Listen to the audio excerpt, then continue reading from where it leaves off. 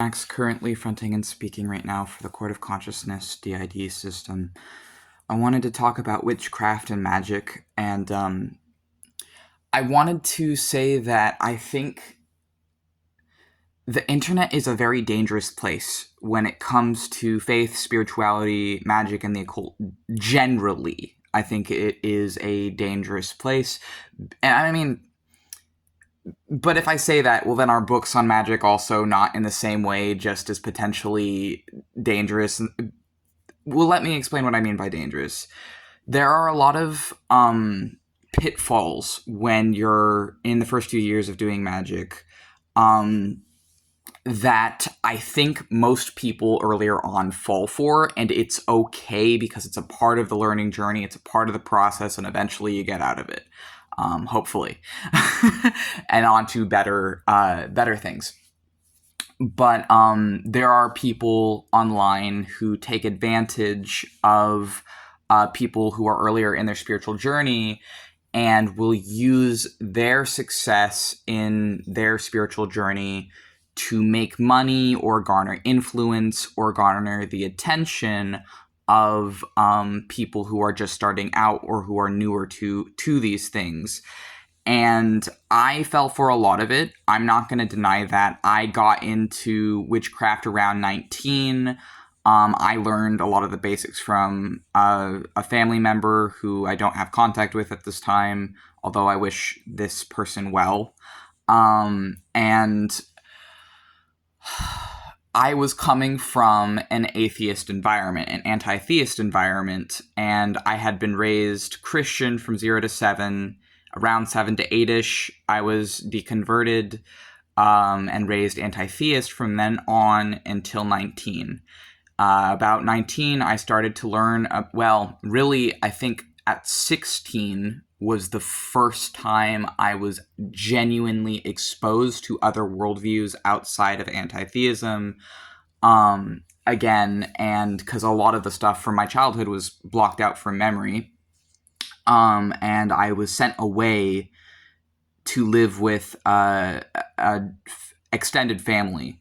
And I realized that my highly conservative extended family was vastly, in my specific case of experience, more structured, having more routine, and having more, frankly, I can say it, I'm not going to regret saying this, there was more love in that family than there was in mine. And that was really, really shocking for me. And I saw that they were very, very deeply connected to their faith, and that their faith was clearly having a very positive impact on their life. And that was confusing for me because I was raised to believe that the Christian God doesn't exist, and if they do, they're evil, and that the God of the Old Testament is evil in the Christian interpretation, or the modern Christian interpretations of it. And I was raised to believe that none of it is real. And being with that family made me start to question that. And then because of how much love there was, because I actually don't believe that people believe in things based on any sort of higher truth. I think people believe in things based on generational trauma and based in what will actually serve them to believe in ultimately. So someone coming from an abusive Christian environment will become atheist because that is going to be better for them. Someone coming from an abusive atheist environment might become a Christian or anything else to get away from what they grew up in. Someone raised by people who are pantheistic. I think it has more to do with trauma than it has to do with anything else. And I don't think this is just personal to me, but that's a topic for another time. It's just a pattern I've recognized in humans. A lot of people, it seems like, are driven to belief systems or lack thereof because of their experiences with people around them. And so around 19, I was just starting to learn about these different concepts and these different.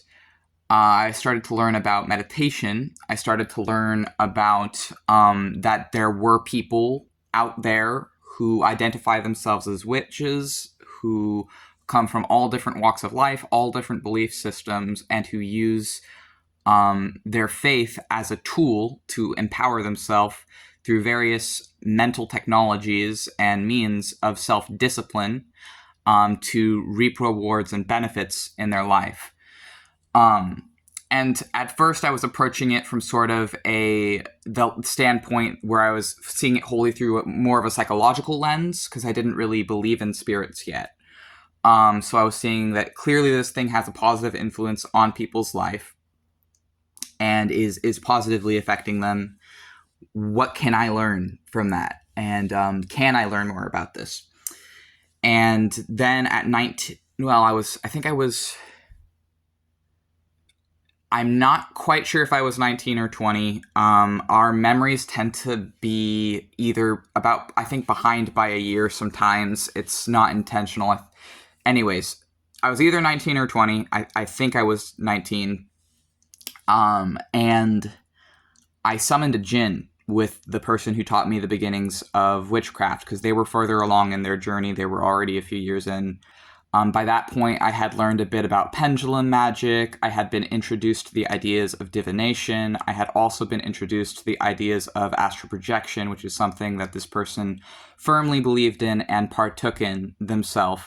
At this point in my craft, I no longer use that word. I don't believe in that term anymore. But I the same experience I call by a different words that I find more suited to my craft. But we summoned this spirit. His name was He Who Walks on Iron Sands, and he was a Martian, Mars energy, so energy of Mars, and associated to the spiritual planes of Mars, of Jinn ruler. But yeah, I met this spirit, and he was awesome. And I knew, even though I couldn't visually see him, but I could see what he was doing. And so he would like make the candle burn brighter. And my sister was channeling him, and she was saying what he was saying to us, so that we would be able to like have a conversation. And one of the things he asked me while I was there was, why are you here if you don't believe in spirits, essentially? Like, what are you doing here? And I said that I wanted to believe in spirits, and that's why I was there.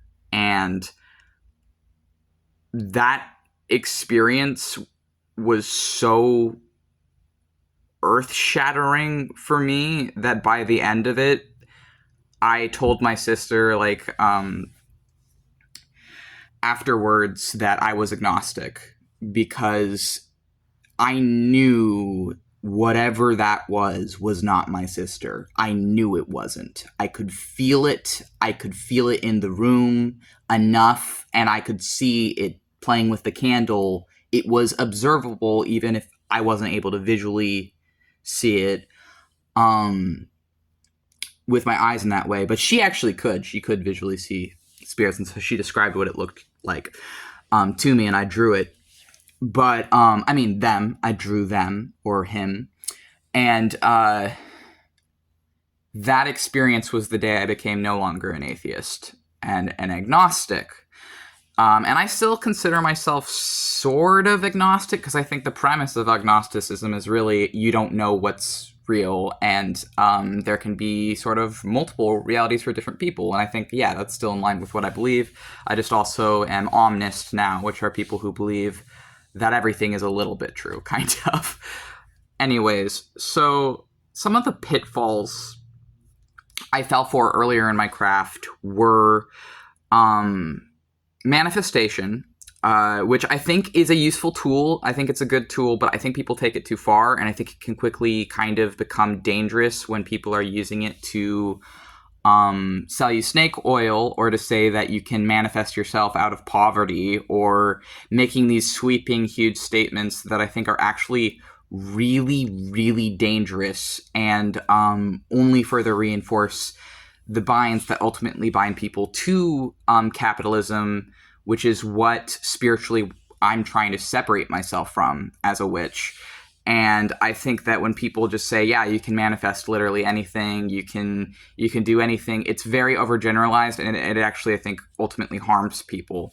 So it got so bad for me there with a lot of that at a certain point I was thinking of just completely not using that word at all anymore for my craft. But I think I am okay with the word. It's just, I think the way it is used and the way it is taught is very disingenuous and dangerous sometimes, and can lead into spiritual psychosis, which is something that I think a lot of people have been through on their spiritual journeys at some point, and it is something you can overcome, but it still leaves a significant mark.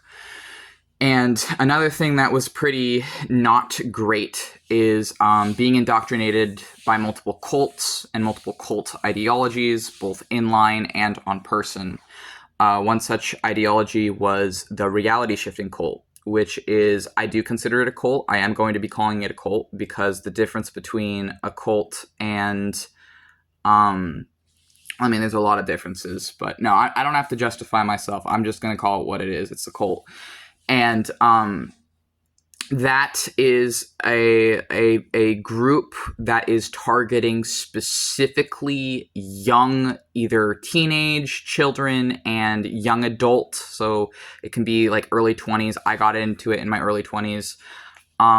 People, and it is telling them that they can, through their own mind, physically go to other worlds, whatever they want, including fantasy worlds, book worlds, video game worlds, and live out their life there instead of on the physical earth. And they can just escape to these places whenever they want, and they don't have to live their life on earth, essentially. So if you're living in poverty, if you're sick and dying of cancer, if you're having unbearably cruel hardships, which I was in the midst of uncovering the abuse and the PTSD and other things I was going through from multiple 2 decades of abuse, of narcissistic abuse, when I fell for this cult because I wanted to escape that pain. And it essentially just says you don't have to deal with any of that. You don't have to, you can just go somewhere else and not have to deal with it. And I fell for it very, very hardcore. And I think it is actually a form of meditation that becomes very self-destructive and very dangerous very quickly, and feeds into spiritual psychosis and other things. Some of it isn't all culty and bad, and there were good aspects to it. I definitely think the experiences people are having is comparable to the experience of people saying they're like astral projecting.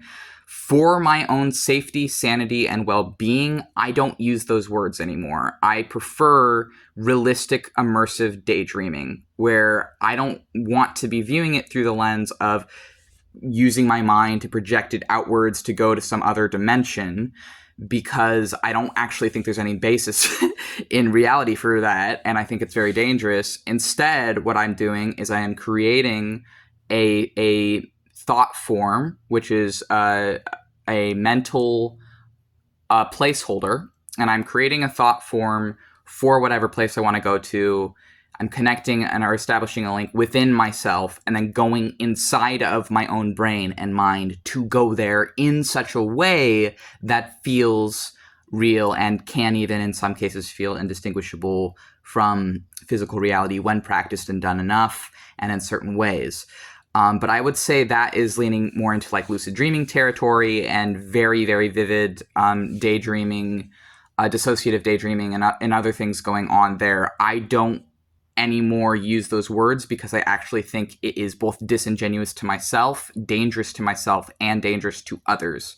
And I highly advise to not go down that rabbit hole if you are someone highly sensitive to media, because that ideology stole years off of my life, and really the reason I was in it was entirely connected to trauma and to trying to use fantasy to escape trauma.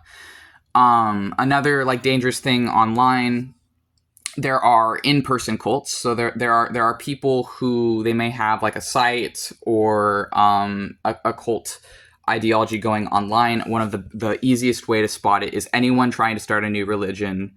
Anyone trying to start a new religion, they are starting a cult, whether they know it or not. Most people do not actually know that they are in a cult or starting a cult or any of that. And I was a co-founder for a cult for a time, and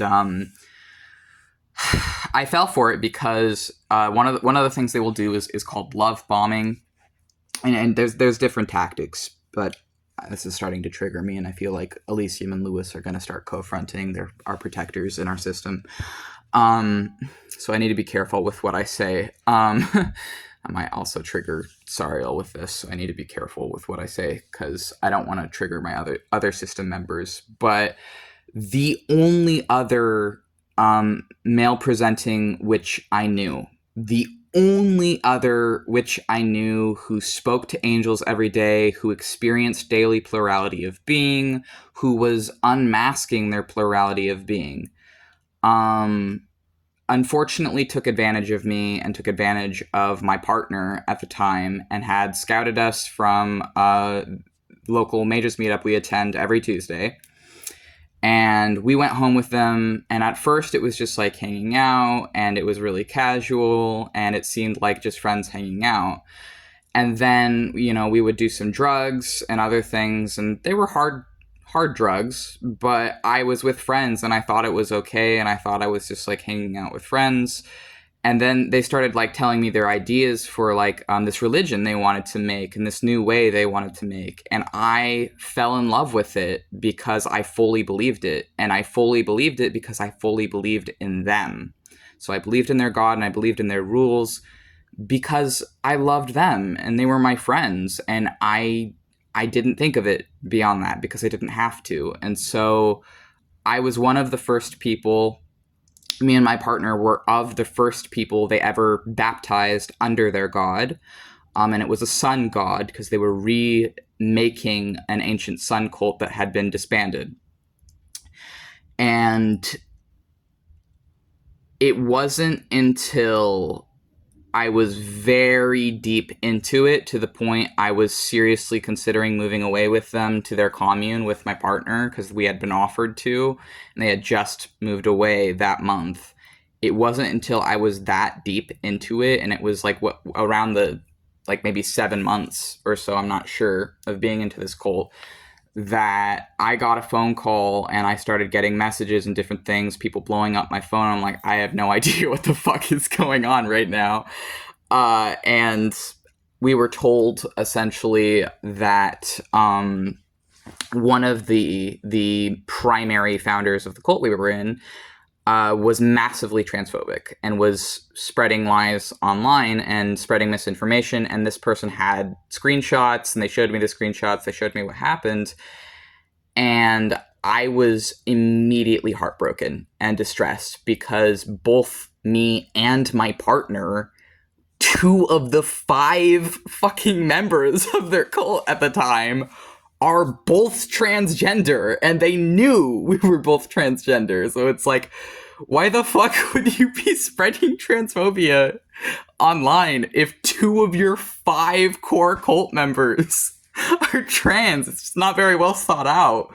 And so I was really fucking heartbroken that the wife of the cult leader had done that. And so I got a phone call as well from my best friend who was essentially like, you are in a cult and you need to get out. And they kind of had to slap some sense into me. They weren't the only person either who had to slap some sense into me to get me to wake the fuck up and realize that what I was doing was not actually what I thought it was. I thought I was going to be an instrument of a positive change. I thought I was going to be spreading light and hope and love to people. I thought that I was doing something good.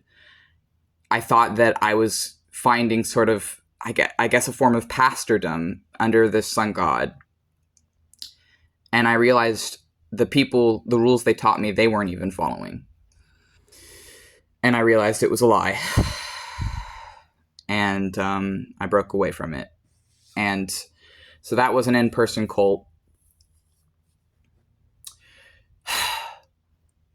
I also was, I guess I'm sharing this because, like, I think a lot of people get into witchcraft to kind of decolonize themselves, to reconnect with a part of themselves that capitalism has robbed them of.